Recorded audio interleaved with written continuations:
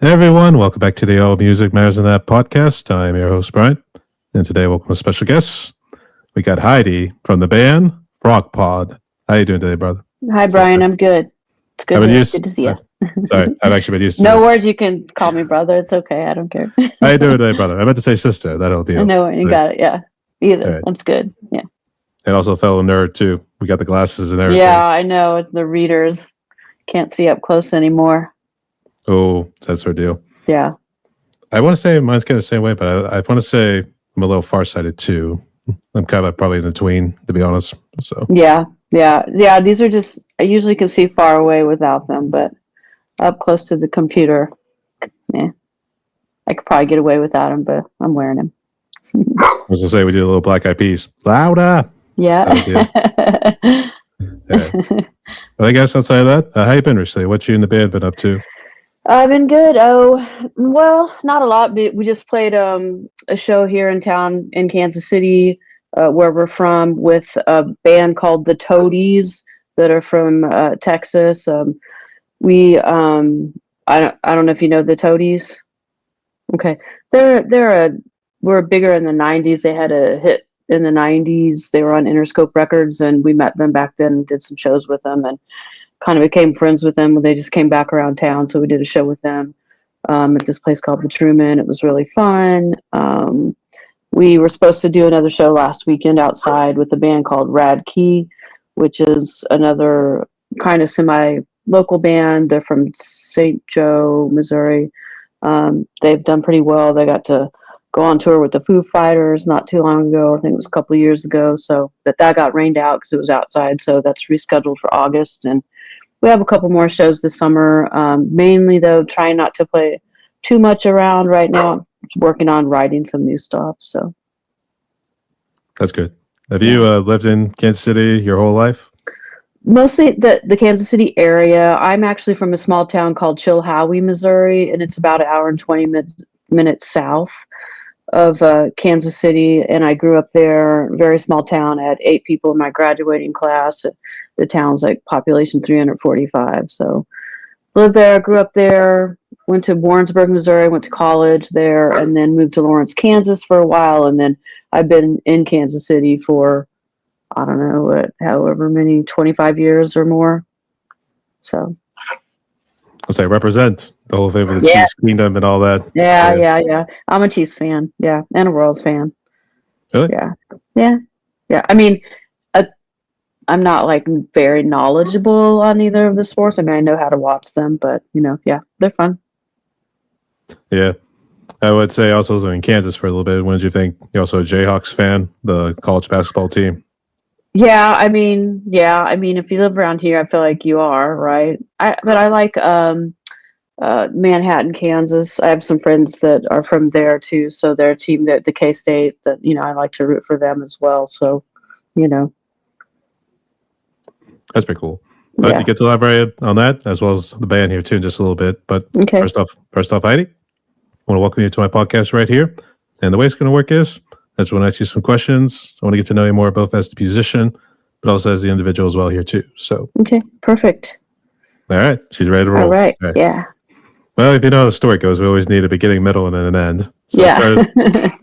let's start at the beginning here too. So, who are you, and how did you become a musician?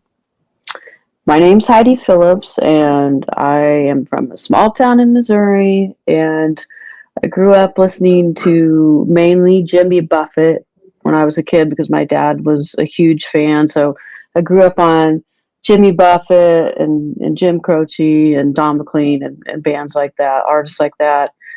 And being in a very small town, somehow I just really got into music back, when I was in high school, in the 80s or whatever. It was hard to get a hold of music. It's not like today where you can just access it everywhere. So I figured out interesting ways to find music. I'd just go to Walmart, the closest town was like 30 minutes away, and just kind of look at the cassette tapes and just try to pick one that looked interesting. A friend of mine, they ended up buying an REM cassette tape, and they didn't like it. And they're like, "Here, I bet you'd like this." And they're right, I did. My my other friend found a B-52's cassette tape on the side of the road and gave it to me. So interesting ways of finding some music.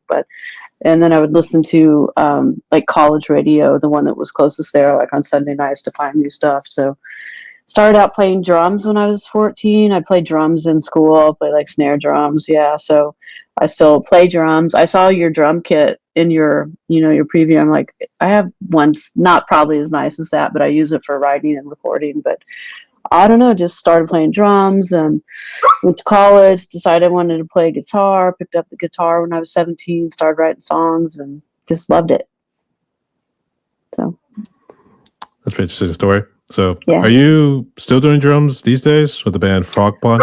No, I play guitar and sing with Frogpond, but I'll do demoing. I'll do my own drum demos. So when I write a song, I'll use. That's probably why my computer storage is so full, because I have like Ableton Live on it, and other applications that I just use to record my songs when I write them, and then just so. But I use the drums to record. It'd be fun to play live again, but I haven't done that in a long time. So. Oh, really? I guess. Yeah. I was going to ask about the shows you mentioned earlier. Was that the first time playing live? No, I haven't played drums live in a long time.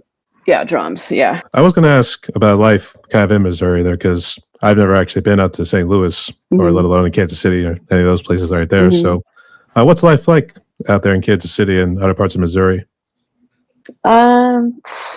Pretty regular, I guess. The fun is what you make of it, right? So I think, clearly sports teams in Kansas City are a big thing. As far as Kansas City goes, I mean, there's quite a bit of stuff to do. I wouldn't say there's much really exciting. Sometimes I ask myself, why do I still live here? But, we have friends and family, and, the weather can be just all over the place. We've got all the 4 seasons, and like today it's like crazy rainy. And then we were I'm just in a tornado warning, standing in the middle of a hall at work and things like that. So keeps it exciting, right? But Kansas City's pretty cool. Lots of restaurants and lots of concerts and events that come through and things like that. So it's a good city. But yeah, no mountains or ocean, I could say that. So yeah, actually, I was going to say, how many times have people pulled the old Wizard of Oz sort of joke? Toto, I don't think we're in Kansas anymore or something. Yeah, exactly. Yep. Yeah. So, yeah. But in terms of excitement, maybe not so much when a tornado's coming through. So. That's the kind of excitement you get around here. Tornado warnings or like crazy humid hot temperatures or, things like that. But yeah, it's pretty chill. What's that one interstate that always seems to make the news with those big car crashes you always see? Is that Interstate 10? Probably like I-70. You mean? I-70? I-70 runs right through it. There's a K-10, but not big car crashes. So I don't know if you're thinking of Kansas City, but it's more outside the city. But it's it probably is. Well, the highway I-70 goes basically, if you want to go like to Denver, Colorado, you'll get on I-70, go straight from Kansas City to Denver, and that's where you can hit. Actually, I was just out there last March. We went out there, and just barely we were in front of a crazy windstorm, and there was a crazy like 78 car pile up right behind us. We didn't know that until, I don't know, on the way back or something. Kind of glad we didn't know, but yeah, it's just I-70 probably. They'll shut that down if there gets to be too much snow and things. So, Yeah, I see those real bad blizzards. It's always the trucks. It's just everybody. Yeah. Got places to be. It's that whole deal. So. Yeah, for sure. Well, how about you though? How about where you live? What's it like there? Up here in Pittsburgh, I'd say the worst thing we've always had is just minor floods, but we've recently got a good amount of rainfall this year, to say the least. Yeah. But I mean, no crazy blizzards. It used to be real bad in the 90s, but it's really tapered off in the 2000s up until now. Yeah. I mean, there's like one, but it seems like happened like the next year, if you know what I mean. So yeah. So it comes between like January and March, that's when like, oh, we got this one blizzard storm right here. We'll have to call a state emergency. Yeah. But I hear you. That's not too bad then. But I mean, the worst thing that comes to tornadoes is maybe like those squalls, the really hit bad winds or something, or it's like real brief. Yeah, I mean, good. well, That's that's good. it. No, good. Good to hear.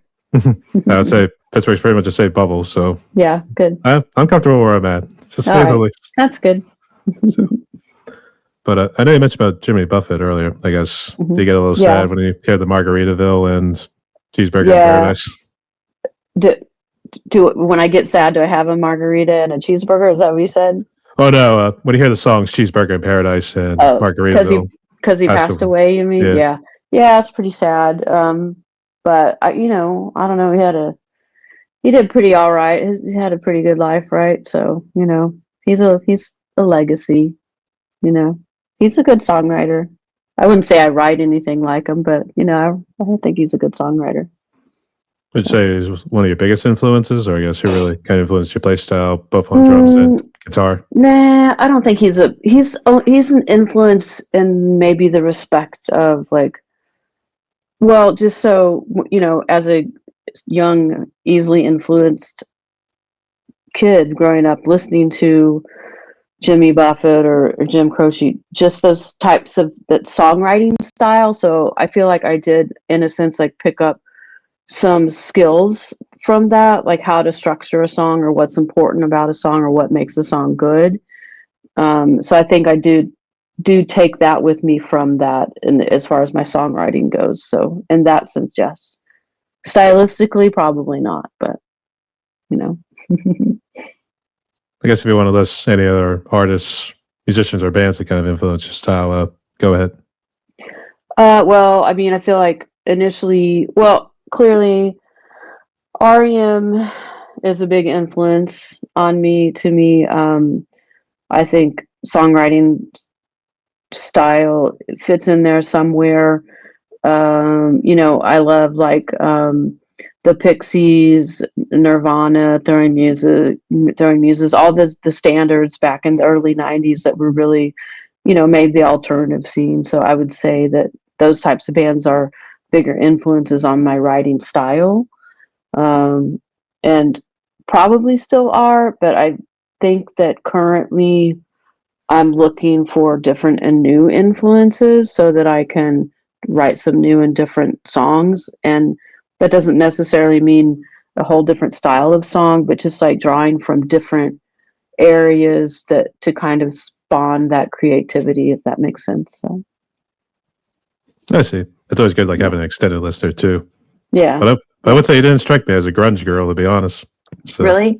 yeah. Yeah. I don't know. Yeah. Well, maybe I'm not so grungy anymore, but yeah, I still always Um, you know, Frogpond put out two records in the '90s, and I wouldn't say either one are very grungy sounding, but we did always get compared to, like indie grunge pop, with the driving guitars, with the feedback. So when we, put out the new record, in was it 22? Maybe it came out finally.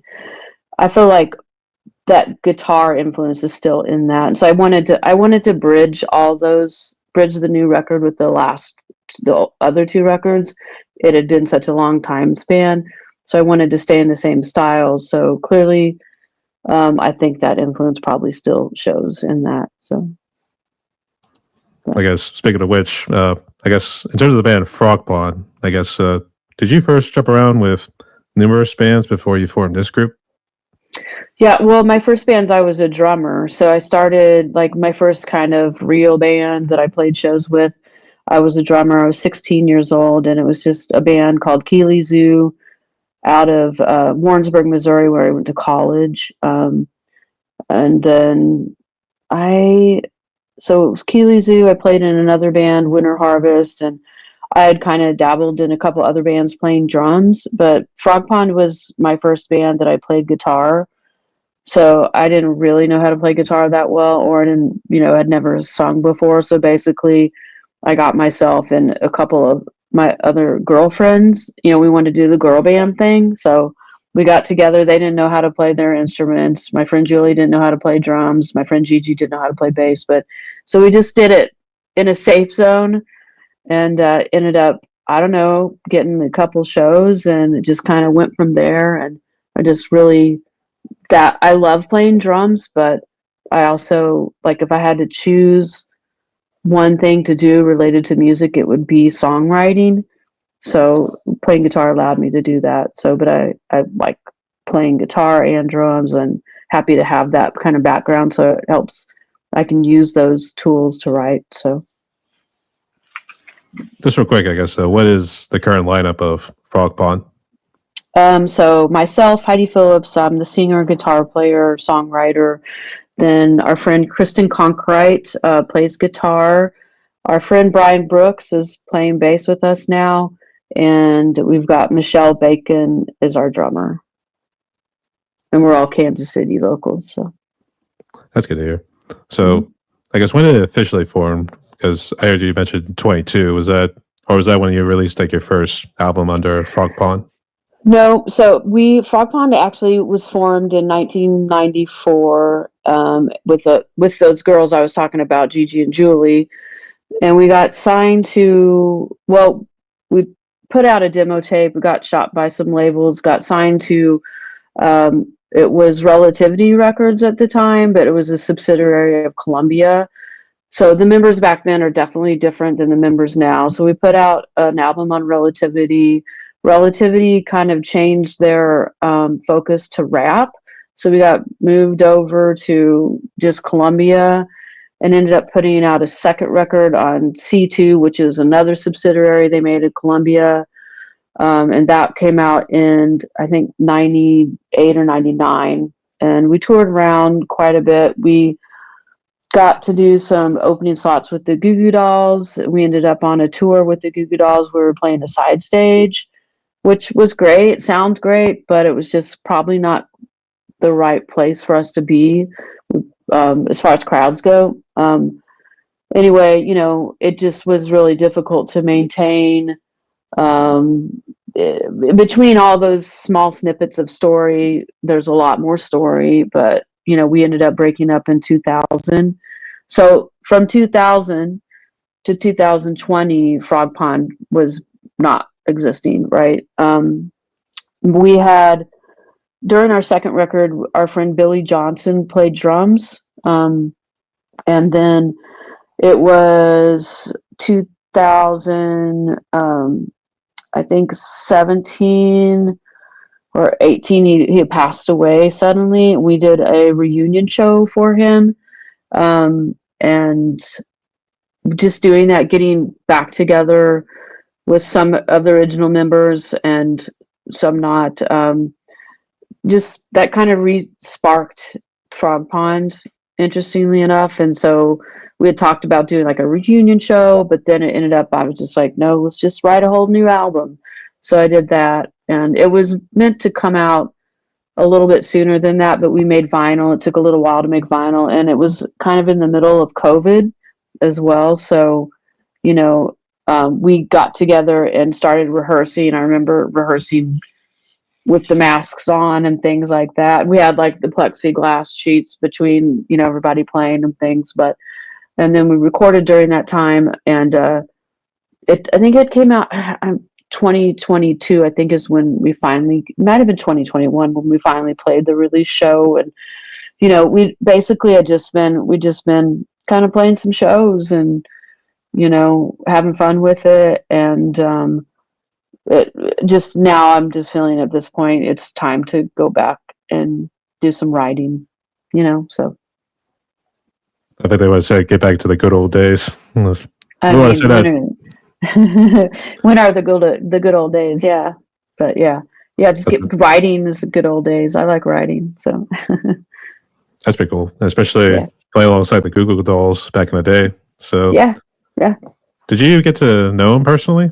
Did you guys try to make some sort of friendship? We're not close friends. I mean, we hung out a few times, but they're all super nice, But yeah, really nice. I mean, it was their choice to have us be one of the bands on that side stage bill, so we really appreciated that. So yeah, it was fun. That's pretty cool. Yeah. So I guess during that little hiatus before you guys did that little reunion show, just put a quote unquote. Yeah, just a little bit. Yeah, just took a little break. I guess what were you doing during those years? I'm still playing. I had For a while I didn't play, like between like 2000, 2004. I really didn't play. I just went back to school and was like focusing on other things. But then I started a new band called Abilene, Abilen, and put out a couple records with Abilene. And it's a little bit different style music. It's a little bit more like some of it's kind of alt country, you know, a little bit more less straightforward driving and a little bit more maybe experimental. So I did that for a while, and then had a couple other like side projects where I just play guitar with some friends. And then I was playing out with another friend of mine, Danny Kraus. So we put out an album called Honest I'm Fine. You can find that on Spotify. You can find both of these bands on Spotify. And that was a more, again, different than Frogpond, but we did 6 of his songs and 6 of my songs, and more, a little bit more mellow, but I mean, I had fun doing it. So still playing some music, still doing some stuff, you know. That's for sure. I guess what's your main job these days? Are you doing more like teaching or that sort of stuff? I'm a dietitian, and I work at a radiation oncology clinic at the University of Kansas Medical Center. So that's where I was today when we had the tornado warning lockdown. We had to stand in the hall, get everybody in the clinic in the hall. So yeah, that's my real adult job. Actually, when they're doing these tornado drills, is it one of those?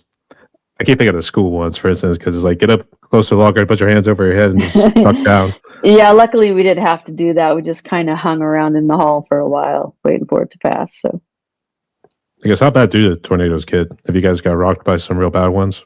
well, I mean, the area does. I mean, some towns have really been devastated. I don't remember when it was. I think it's been quite a while now, like years ago. But Joplin, Missouri, was just destroyed. Like a lot of it was just, but so they can get bad. Like out in western Kansas, you know, where there's really not much. There's coverage. I don't know. I don't really know the science behind tornadoes, but you know, it's not very often in the middle of the city, really, that tornadoes touch down. But one apparently touched down just kind of east of the city today. I haven't heard about what type of damage or anything, but I mean, it can be pretty dangerous for sure. So I would think just in terms of the science behind it, I thought it was more because you need a whole lot of dust, and mainly something has to happen with the clouds to make that funnel shape, and then somehow just keep swirling until it touches down. Yeah, I don't know. That sounds like a good explanation to me, but it's like, you know, it can destroy buildings and rip houses apart, and, you know, whole towns like apart. So it could be bad for sure. Yeah, it's away. So that's a little scary. Yeah. Stay safe out there. Yeah. Sure. And actually, I need to give a shout out to someone else out of Kansas, Joe from Freaky Things. Do you know about the band Freaky Things? No, I'll have to check them out. Yep, represents. Where in Kansas? They're in Kansas City too. Okay, cool. I can't exactly say where, but that's all right. I'll check them out. Yeah, all right, I'll find them.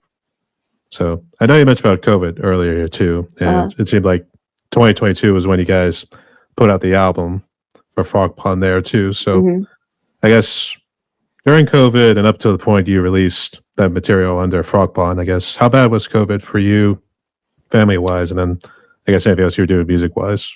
Oh well, for me, music wise, I was in the place of writing, so it was more like personal time anyway. So honestly, it just probably gave me a reason. I mean, there wasn't much else for me that I could go out and do, so at least I had that to do. You know, as far as everything else goes, I mean, I worked in a hospital, so I mean, from that respect, it was pretty rough. I mean, when they started lockdown, I'm a dietitian. I was at that point I was in the inpatient setting, and I was a dietitian for an ICU unit, and you know, it was pretty scary. We all went to home, worked from home for a while, and then they're like, "Come back to work," and we're like, "That sounds scary," but you know, we had to do it. You know, a lot of people just stayed shut in, which I'm sure is horrible in its own way. You know what I mean? But we and I'm not a nurse by any means, so I don't take any credit like that, but I still had a job to do, so I still went in and did it. And, you know, um, so that aspect of it, I think you just, at one point though, it becomes like a strange new norm. I think and a lot of people, a lot of friends I had that were more like already introverted, so to say, became more introverted. So I think that transition back to like the world opening back up was hard for some people. It wasn't like too hard for me, really. I missed going to live shows and things like that. But I also am a mountain biker. So during that time when it was okay to go outside, so I spent a lot of times riding bikes with my friends, when I could get out when the weather was nice. So, I think you just find the joy that you can and just manage it the best you can, so. I'm gonna say you're one of those mountain bikers like to put a little GoPro and then show them going fast down the hill. I have done that, but it always like looks way faster when you're going down the hill as opposed to when you're like look at it through the actual GoPro footage. I've done the downhill in Colorado, where you go and ride the ski lift up at the top of the mountain and you just like get on your bike and go down the mountain. It's pretty fun. It's really fun. I can imagine, but there was actually I'm saying I'm not great at it or anything. I'm just like a regular. Anybody can do it. They have like green trails. Anybody can do it. So I should say like I saw like this one little Facebook reel. It showed like a guy doing. It seemed like it was just mountain biking at night, for instance. But it seemed like they were saying he's freaked out, so he's going real fast right now just to get to the bottom or something. So, oh yeah, because he was scared of the dark. I guess. Scared. Yeah. Or at least that's what they made it sound like. I was assuming it was just mountain biking, but yeah, that's whatever. Yeah, it's pretty fun. I can imagine. For sure. Yeah. But did you get real sick with COVID? Were you and your family okay? Yeah, no, we were okay. Yeah, we didn't really have any major. I have a niece that got COVID and developed like a heart issue that it hasn't gone away yet, but we mostly, as far as like close to me, we got through it okay. So that's good to hear. Yeah. So, yeah. Thanks. Blessings to you and the family as well. So, thank you. Yeah. But I know we talked a good bit about the music scene already too. So I guess how was the music scene before and what's it been like after they started lifting restrictions? Is it kind of back on the up and up? Yeah, I think so. I mean, I know a lot of the live music clubs, they struggled whenever everything shut down, the restaurant and entertainment industry just, but it's thriving, especially, and now, once they really open back up, boy, show after show after show, so many bands to see, which is great, but there's not enough nights in the week to see all of them. But yeah, things doing really well. That's good to hear. And you mentioned earlier about the Tonys, right? Did you say they were the Toadies? Yeah. Yeah, they're from Dallas, Texas. Yeah, so they're they're like indie rock, I guess, but they're real more guitar driven, kind of like Reverend Horton Heat and Clutch and bands like that. So really good. You should check them out. Yeah. Actually, the way it sounded like it was like one of those old sort of groups. So it was almost like they're doing what the Rolling Stones are doing these days. They're touring at their old age or something. Oh, so. Well, I mean, they're older than they used to be, but they're still rock. Yeah, they're still great. Hey, they can still move around the stage. What's stopping you from trying it? So. Yep, absolutely. Okay. But I guess let's go ahead and jump into the gear you got. So okay. I'm assuming you're the producer. Do you guys all do it DIY? No. Well, I write. I mean, we went to a studio to record. We've been to we record in studios for sure. So we did the most recent record with Paul Malinowski, the studio here in Kansas City. But as far as gear goes, I play on the same guitar and amp. So I have a Fender Bassman, and then I play a Gibson Les Paul Jr. And then I just use like a rat pedal basically. I just have a clean and dirty sound. I did recently pick up a cheap reverb pedal for a new song that we're writing, but I couldn't even tell you like what that is. I'm kind of more of a minimalist when it comes to that. So, yeah. The so-called And then, less is more. So yeah. yeah, less is more. As far as like, and then I do demo on my computer and I just use Ableton Live and have some like mics I got off of Amazon, that work. So, you know, and yeah, keep it pretty simple. I try to focus more on the songwriting and then leave the production to a professional. So yeah. That's fair enough. Is that the Les Paul behind you there, or what's that one hanging on the wall? This one, no, this is it's a Jag Stang. It's the Kurt Cobain Nirvana guitar version. I've had that since '95. I don't really play it. It just hangs on the wall. I like the orange color. Is it really orange? Man, it looks like red from here. It's kind of it's a red orange. It's like a rusty orange. Okay. Yeah. I was like, my eyes are not deceiving me. So yeah.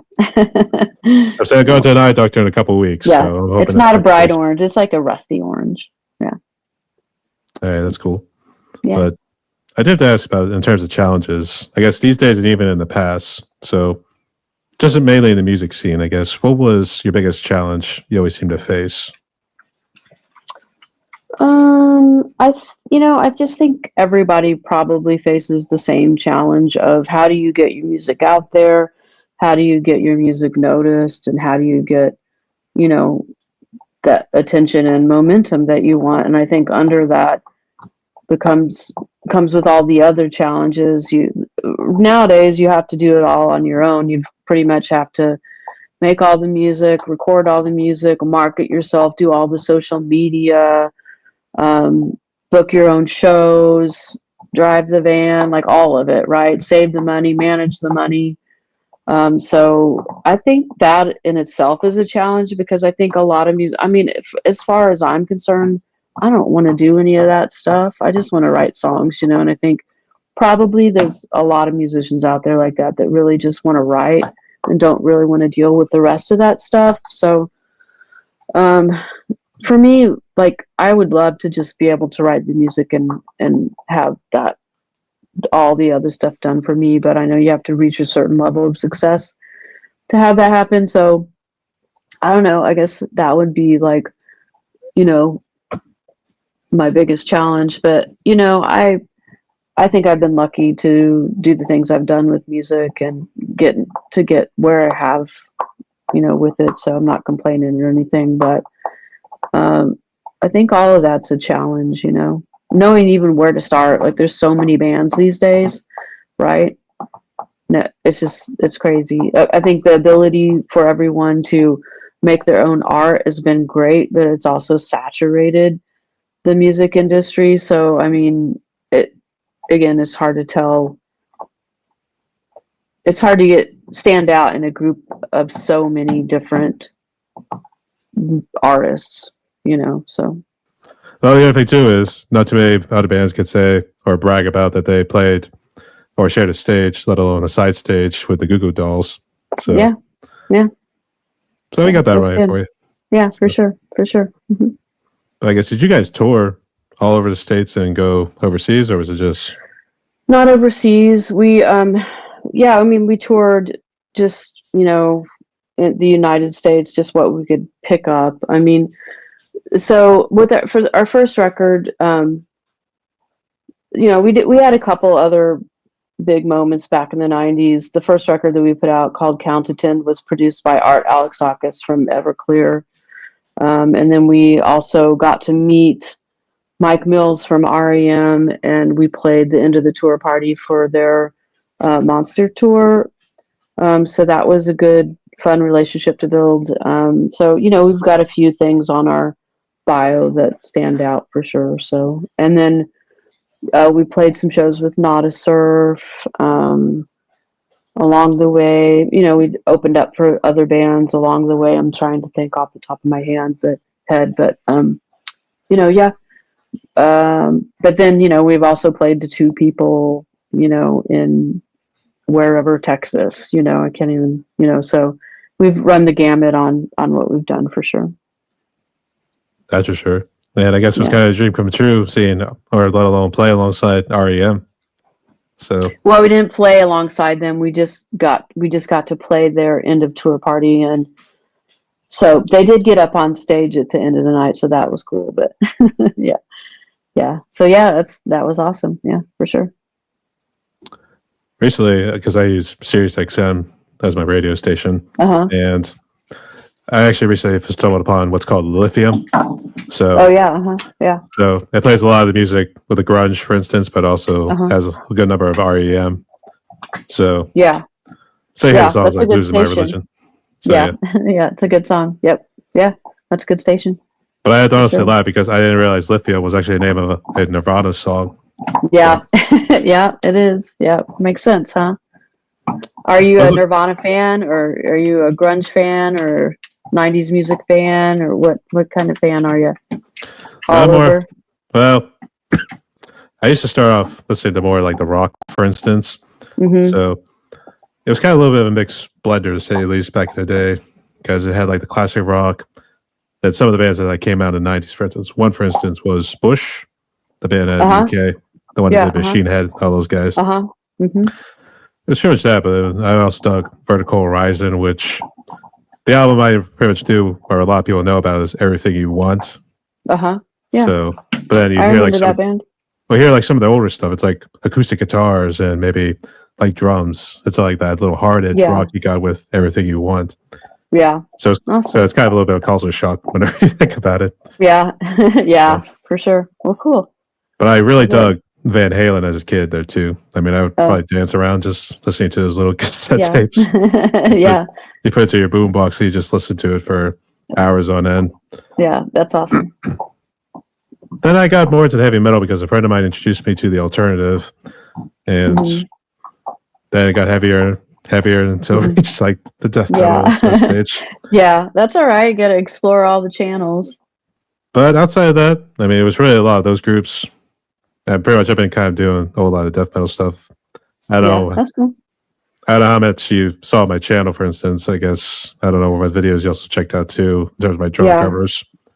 It just came with the intro, and then I didn't see where your link was for the others, and so I didn't actually get to check out more, but I will check them out. So you're playing some hardcore metal drum covers?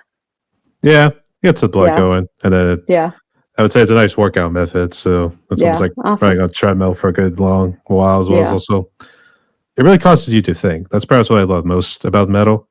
Yeah. So, but I think doing something like the progressive sort of metal, let alone like progressive rock or anything like that, it's almost like okay, that's really stretching it. I'm got to really boost my IQ in that case.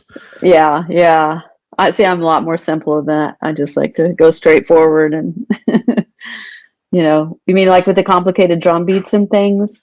Yeah, that's I mean, and the problem is like well, one of my favorite metal bands, and one of them I actually got to see recently at one of the concerts in my neck of the woods, was Between the Buried and Me. And they're at least among one of the more complicated ones, but I don't know them. I'll have to check them out. Yeah. Well, they are a little bit more on the heavy side, so okay. Tread with caution. So. Okay, I will. But actually, another one I saw recently that was at a different concert was Titan to Tachyons, and they were more of an instrumental progressive group. Okay. So. Okay, I'll try to remember that.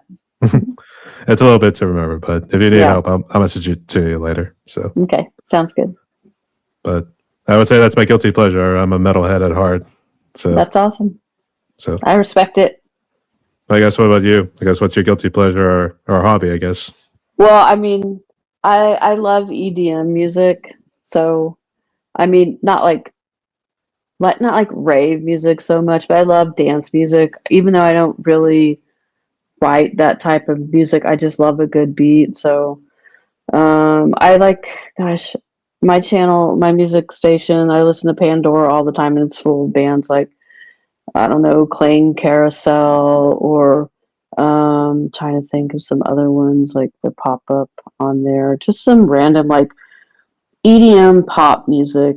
I think is probably my guilty pleasure, but I also have like a Newmark electric like turntable where I try to practice matching beats and things like that. I'm not very good at it, but I do have two actual turntables and I've tried that as well, and I'm not very good at that either, but it makes you think. So it's fun.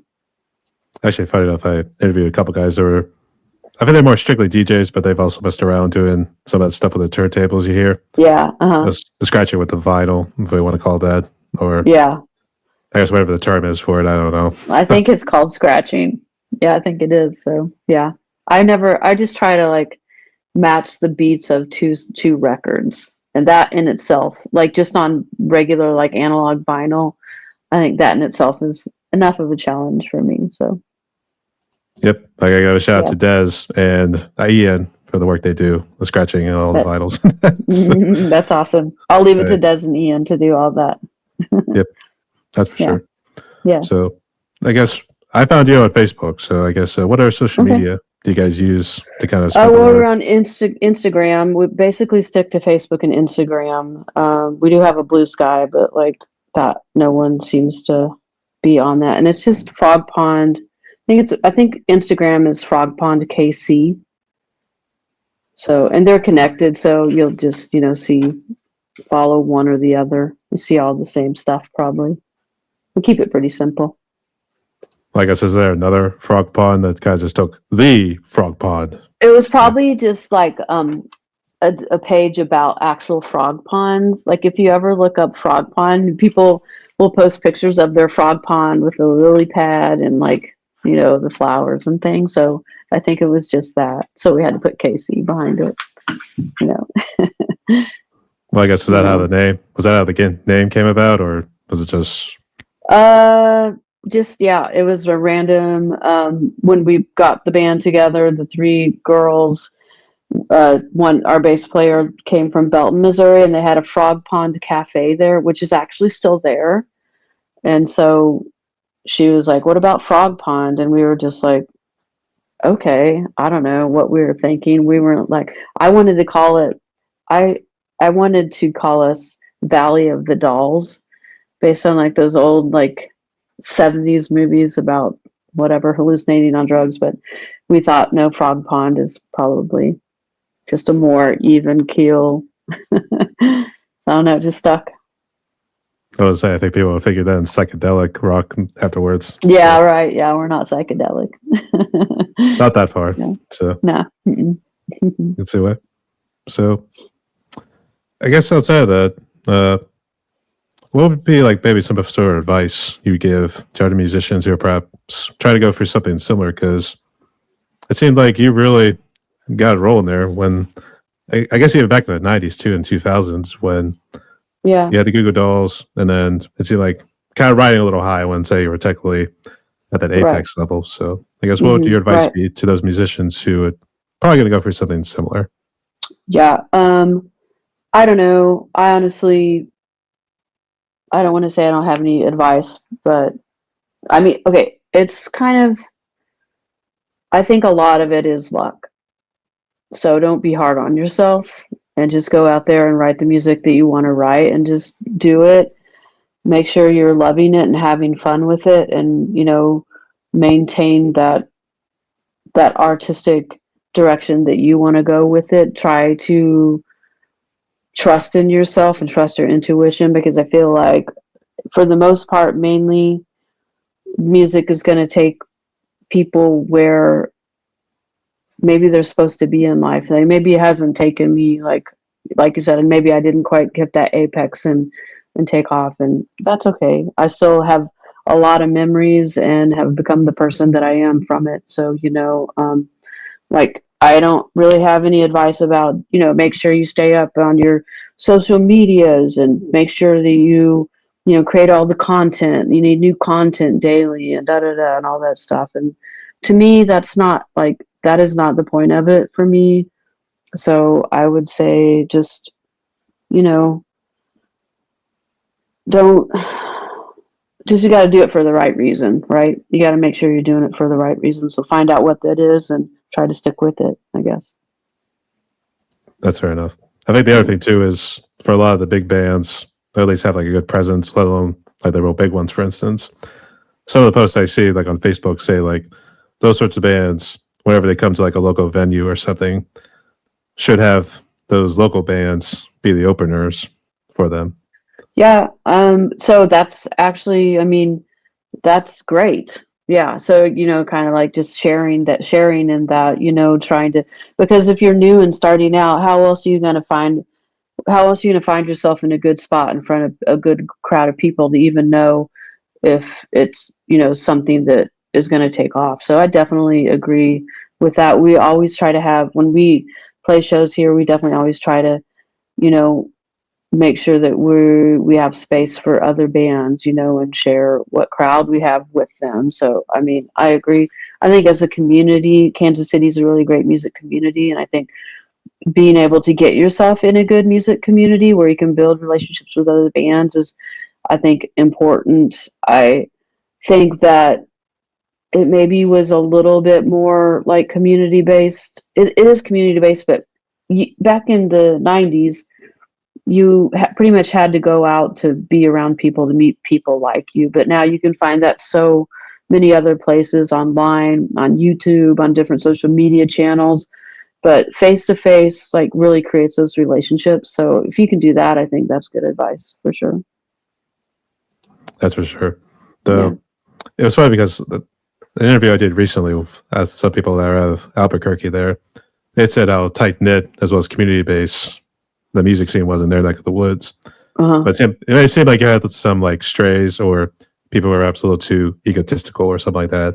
So I guess from your experience, have you ever run into bands who were really had a big ego or something like that? Or I mean, I don't know. I think that's all Gotcha. just kind of perspective. You know what I mean? So I've never I I think that's I mean, I'm sure there are people like that out there, but I think that comes from different places for different people, and I think one time meeting a person doesn't necessarily make them this or that. So I guess I can't really speak to that.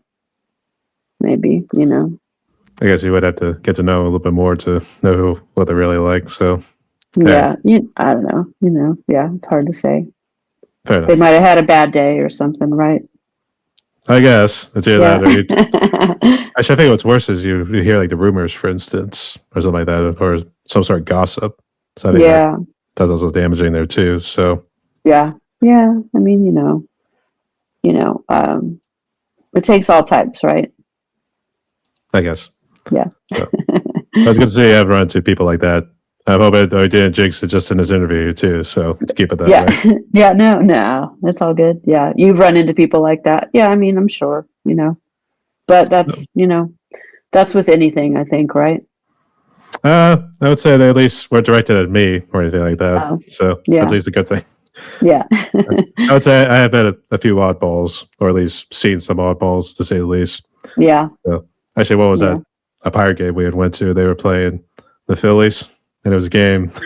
The Pirates ended up winning. I think me and my family were just walking back to our car. We just see one of Uh-huh. those Philly fans just get all upset and just mouth it off and doing all that Yeah. stuff. Yeah. Yeah. It's almost like just Well, keep I mean, walking. and So that's just a regular guy, right? He's pretty just a much, Phillies fan. Yeah. So, maybe a little one too many drinks to say the yeah, least. maybe that. Yeah. Yeah, yeah. Yeah. But for the lyrics, I guess, are you primarily the songwriter, or has anyone else in your band contributed? I'm the songwriter. I write the guitar line, the melody, the lyrics, all of it. Yeah. Yep. So I Even the guess drum parts mostly. even the drum parts too. Yeah. Yeah. Yeah. Yeah. Uh, but I guess Yeah. just in terms of your songwriting, I guess, what do you normally like to delve into lyric wise? Do you want to get personal or Oh, more? I just think it's mainly just I try to come from my own personal perspective. So I think it's really just like what's on my mind at that during that day or that time or that period in my life that I'm focused on. Sometimes I think it's just like more of like um some kind of therapy for me or something rather than like an actual focused attention. I'm like, I'm going to write a song about this, da, da, da. And it's not really how I do it. I just kind of feel it out. And I don't really write lyrics before. I just kind of do it all together. I'm kind of experimenting right now with separating those parts and trying to be a little bit more intentional about certain aspects of the song. But in the end, I think that's just part of the process. And really, it all just kind of comes together if it comes together. So, I write about all the regular stuff like people I'm mad at or breakups and things like that. I would say this is a turn to like a latest more set. Is it? There's another thing along those lines. Yeah, kind of. Like I have a different kind of anger inside me, but it still comes out.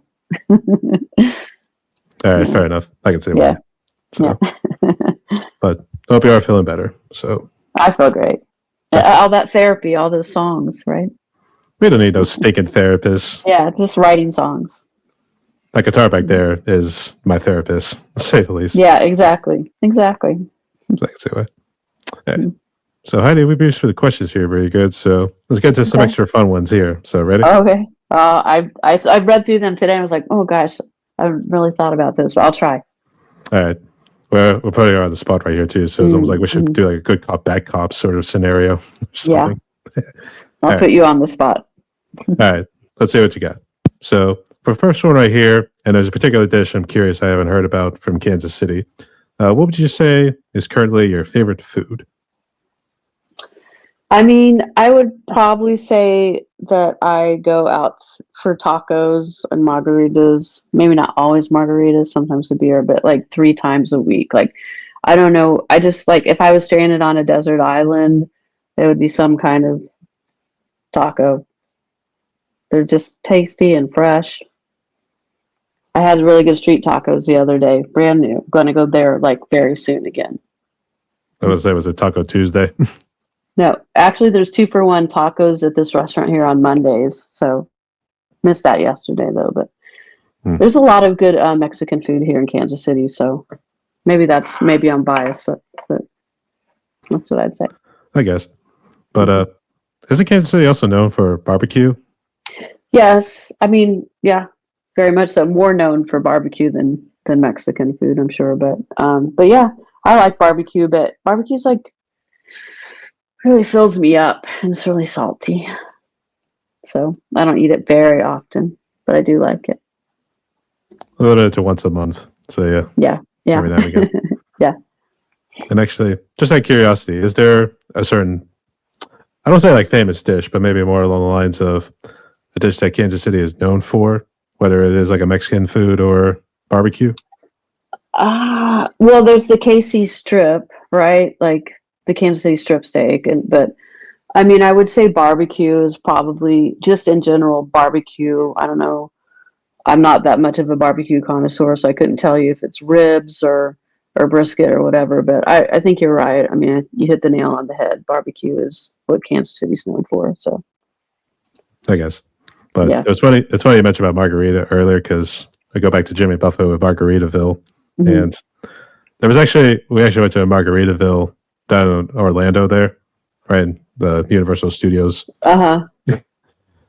Me being young and stupid and all that stuff, I didn't realize it was owned by him at the time. He was still alive then, but and they keep showing his music videos. Yeah, you're like, why are they playing Jimmy Buffett all the time?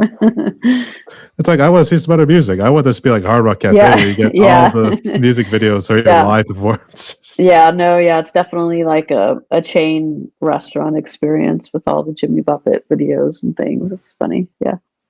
Actually, I think the funniest was I tried to get ketchup for my steak at an Emerald's. Oh, yeah. My parents were like, no. Yeah. So, that's funny. Oh, yeah. Just have the ketchup. It's fine. I need some sauce to kind of go with my steak here. I want to enjoy the taste and then the swallow afterwards. So, there you go. Okay. But all great choices right there. So not sure if you're a big TV nerd, but if you have a favorite movie, whether it's all time or just recently, you feel free to share. Otherwise, if you got a favorite TV series too. Yeah, I mean, I've had a few favorite movies, but I don't honestly I feel like the ones that are in my mind are too old to even like be my favorite anymore. As far as TV shows, well, I mean, we just finished watching like the most recent season of The Last of Us. I don't know if you watched that one, but I love all the sci-fi stuff. That's a good, I mean, it's good. If you haven't watched it, it's kind of sad, but they kind of like shorted us on the second season. They only gave us like 7 episodes. So I'm a little bit mad at them right now, but it's a really good series for sure. But I'm trying to think. I feel like I'll get into a series and then it'll be over, and then the new one's not going to come out for like 2 years. So I forget about it, and then I'm on to another one. So that's the one that's in my head right now, The Last of Us. I actually do remember the video game. I haven't played it, but I think I saw some gameplay of it. Yeah, So, yeah. I actually tried to play that. Like I remember that came out a long time ago. It was like really slow moving for me. Maybe I didn't give it enough of a chance, but the series is really good. So it's funny you mentioned they shortened the season because they did the same thing with House of the Dragon. Instead of like the usual 10 episodes they're supposed to be doing. How is House of the Dragon? It's a Game of Thrones spinoff. It's a prequel of The prequel. before. Okay. Yeah. It kind of delves into the Targaryen dynasty, the whole thing that led to the fall of the dragons. Is that still on? Is there more than one season to that? There's 2 right now. That's what I mentioned earlier. They lasted the second season. Yeah. I need to watch that because I was a huge or am a huge Game of Thrones fan as well. So I guess how disappointed were you with the second half of the show of seasons 5 through 8? I mean, it's been a while, but I mean, it did make me mad the way it all transpired. But I mean, it's kept it interesting, I guess, right? I guess, but yeah. somebody tells me George maybe pointing them in that direction, and instead of maybe saying this is not a good idea. Yeah. I don't know. Yeah, for sure. I mean, just killing off character after character, no matter.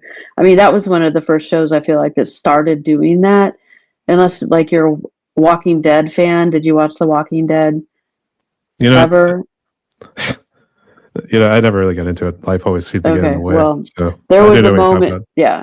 There was a moment in that series where they killed off one of the main characters, like in the most brutal way that, like, it just seemed so brutal, and I was just like, I can't do this anymore. So, but now I'm kind of used to it. But that just makes me less invested, I think. I guess trauma seems to desensitize people. Yeah, exactly. Yeah, pretty much. I thought they said trauma was supposed to build a little character or something. Yeah, I got enough character, I guess. I got used to it. So yeah, I guess so. It's funny I actually mentioned about The Walking Dead because I forget what season it was, but I think it was, I don't know if he was one of the main characters or maybe one of the side characters that was more well known, but he was basically thrown into a pit of zombies, and then somehow in the next episode he's alive. Yeah. So that doesn't make any sense. I can't remember that episode, but he probably got thrown in and then he like crawled under some other dead people, not yet zombies yet, and crawled out through a hole or something, right? Like there was a way he got out. I don't know. I don't think they even explained it too. He just Oh really? He's just there. Makes me want to find that and rewatch it. I'm not sure. I forget what maybe he's going to be immune and part of like a whole like immune adventure spinoff or something. Probably not. I think it wasn't that big of a character like what you see with Daryl. Yeah, or anyone it's just else. a mistake, a filming mistake. I guess. I guess I forget what the article about it was, but I think it was like mistakes TV shows had made, even like the more well-known ones that were like critically acclaimed.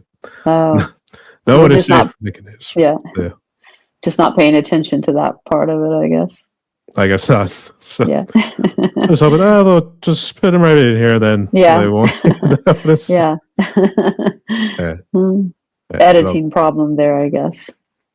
Damn production team. So actually, to cut costs, we decided just to throw in the same actor again. So, yeah, maybe. We'll see if they'll notice. Yeah. Hey, someone was noticing. So yeah, yeah, true. but all great choices right there.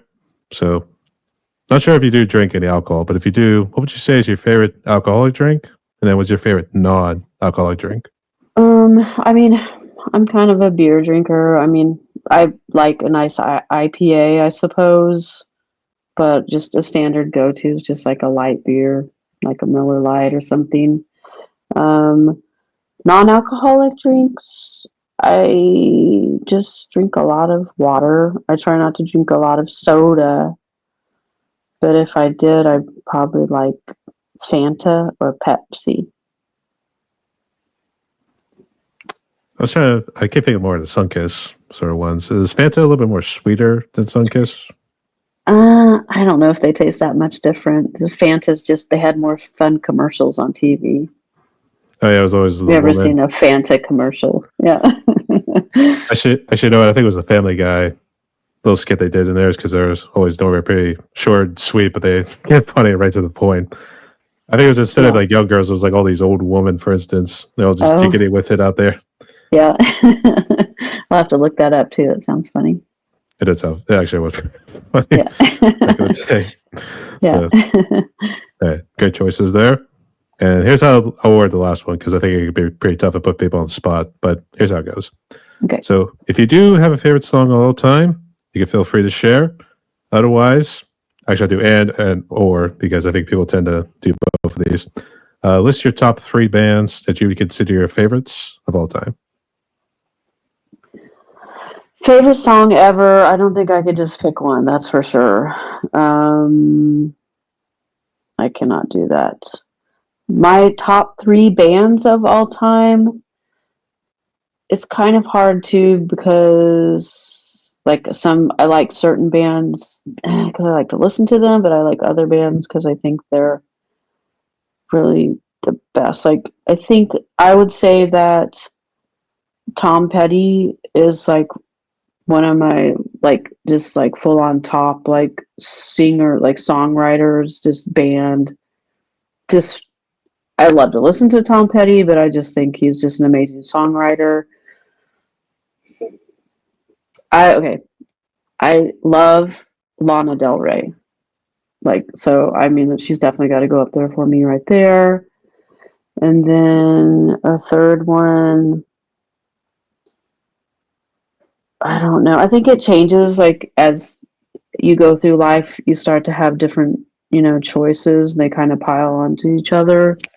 Right now, I mean, Just take off the glasses. We're getting serious. yeah, I had to think about this. I don't know. Gosh. I don't know. This is going to be like the pinky pose. Yeah. You got to pull up the finger. Gosh, I can't even, I'm so into just, I don't know. I want to leave the third one open for, whoever I feel like it is that day. Is that fair? All right, fair enough. Okay.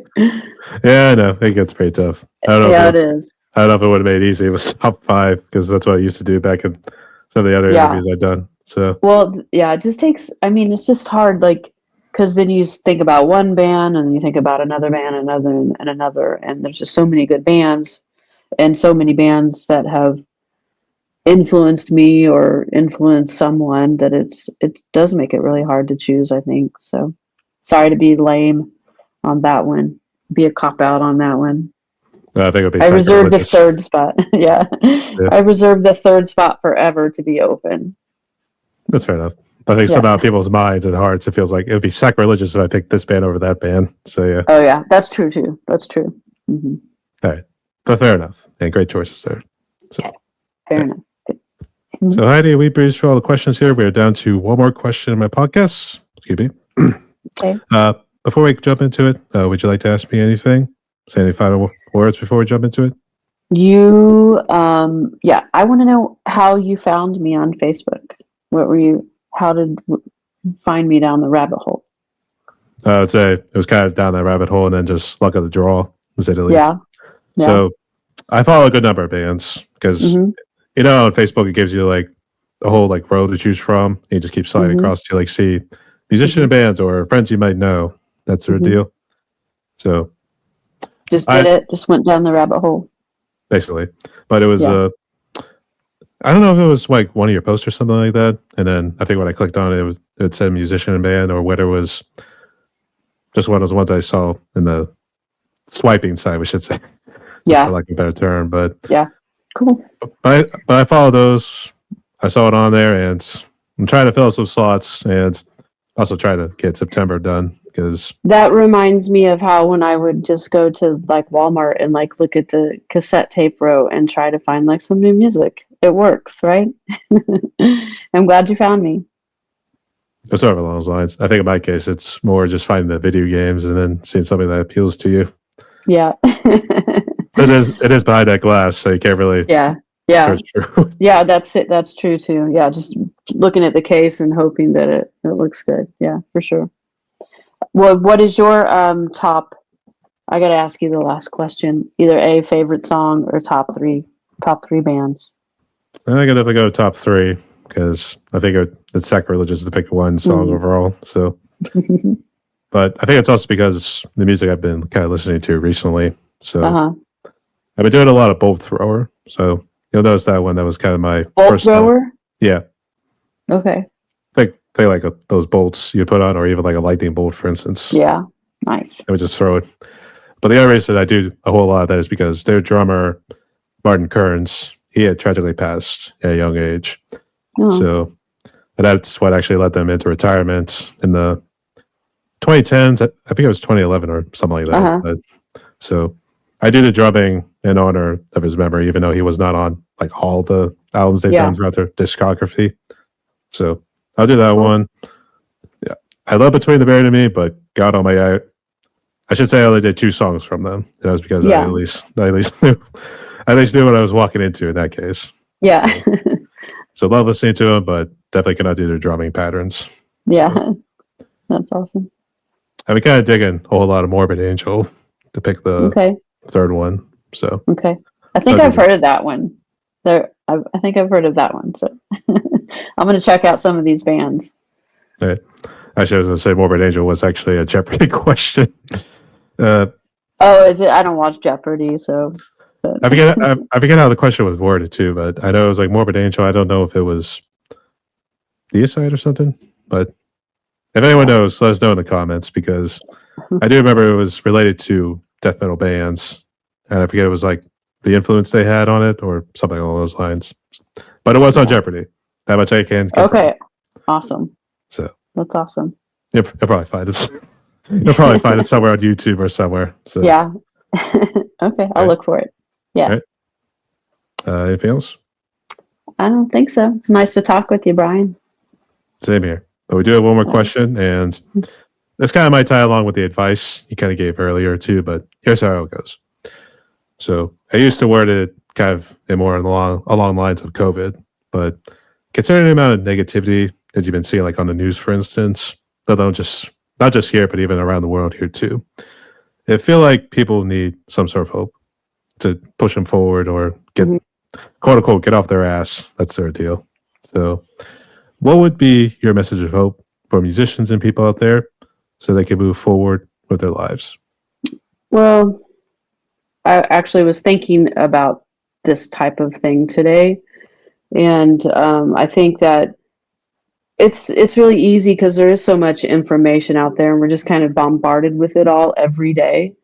Right. And it just comes at us like from all these different places and all this negativity and all these things that we have really not a lot of control over or can't really do anything about. So, but what we can do is try to tailor our own lives and our own world and surround our own selves by more positive things. So like focusing more on ourselves, like things that we like to do, things that make us feel good, or focusing on our family, or just our community and our small group of friends. So if you start in a smaller realm, I feel like you have a little bit more control and a little bit more say over things. And, everything has to start somewhere. And I think you start with where you are and then you build around it and you have more power that way.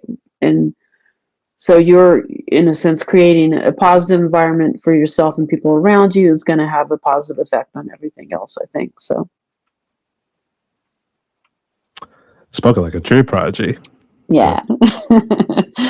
And I do have to ask, like, what does a dietitian actually do? Is it not just like helping people in terms of forming diets? I hope I'm not getting it mixed up or something. Well, there's a lot. Yeah, I mean, there's a lot of different roles a dietitian can fill. It just depends on the patient population. It can be in the hospital setting, we deal with people that are clearly having problems. They could have diabetes, heart failure, malnutrition, stomach problems that prevent them from eating. They've had weight loss, oncology. I mean, there's all sorts of side effects to treatment. So we really just are there to help guide people through whatever hard time they're having. But we also do like nutrition support. So sometimes people can't eat, so they have to get the IV nutrition. So, we help formulate like the calories and all the macros that they need. Or sometimes people have to have the enteral nutrition where they have like an NG tube because they can't eat. So we help formulate those. But there's a lot to it. I don't know. We do stuff. I don't know. And say, hopefully legal, we should say. So we do legal stuff. It's all legal. Yeah. We got to be licensed and everything. So we're not just nutritionists, we're dietitians. All right. So, yeah. But nonetheless, thank you so much for what you do out there, Heidi. Yeah. So. Thanks, Brian. All right. Well, we have reached my podcast right here. We talked a little over an hour and 10 minutes. I don't know. The dog kept interrupting us at times. Sorry. So. Can you cut that out? I don't know. We will. Don't worry. Okay. Sounds good. But, all right. Good. But nonetheless, got any other final words or want to give any shout outs to anybody? No, just nice to meet you. Thanks for having me on. All right. And just real quick, can you just list for the audience what social media and streaming platforms they're on so I can check out your music and interact? Yeah, we're on basically just Facebook and Instagram. I think Instagram is Frogpond KC, and I think that Facebook is just Frogpond. But if you just search Frogpond Band or Frogpond Kansas City, you can find us. So we're on Spotify, actually. All those albums are on Spotify. That's just Frogpond, FROGPOND, and that's all one word. Plus, we got the nice little poster in the background there, too. So yeah. That was spelled right. So. Yeah. And actually, just real quick, are you doing any other shows, or I guess when are you going to release some new material this year? Well, I don't know about when we'll release new material. It might be a little bit, but we do have a show at the Bottleneck in Lawrence, Kansas. It's either July 18th or 19th, Friday or Saturday. I can't remember. With a really good local band called The Likes. And then we are playing at Lemonade Park in Kansas City. We're playing Rad Fest, which is the band Rad Key, a festival they put on, and that has been rescheduled for August 1st. I think that's a Friday night, so outdoor venue should be fun and hot. Let's hope so. No rain, though. Yeah. Let's keep the rain away. Yeah, hopefully no rain. Yeah. All right. All right. Thanks, Brian. No worries. But to close out like this for the audience, so everyone, my guest today was Heidi, hailing from the lovely city of Kansas City in Missouri. So she's part of the band Frogpond. I think I had a little tongue-tied earlier trying to pronounce it there too. So that's all right. Apologies. But she's part of the band Frogpond. So go hit her up on all socials, all streaming platforms, everything there too. Let's go, my brothers and sisters out there too. And shout out to everybody. I know I said Joe, Ian, and Des in this interview too. So I'll give those shout outs right there too. So Heidi, nonetheless, thank you guys so much again for coming on here. So you do stay safe. Thanks. Rock on. You too. Rock on. I did a quick pose. Stay tuned, y'all.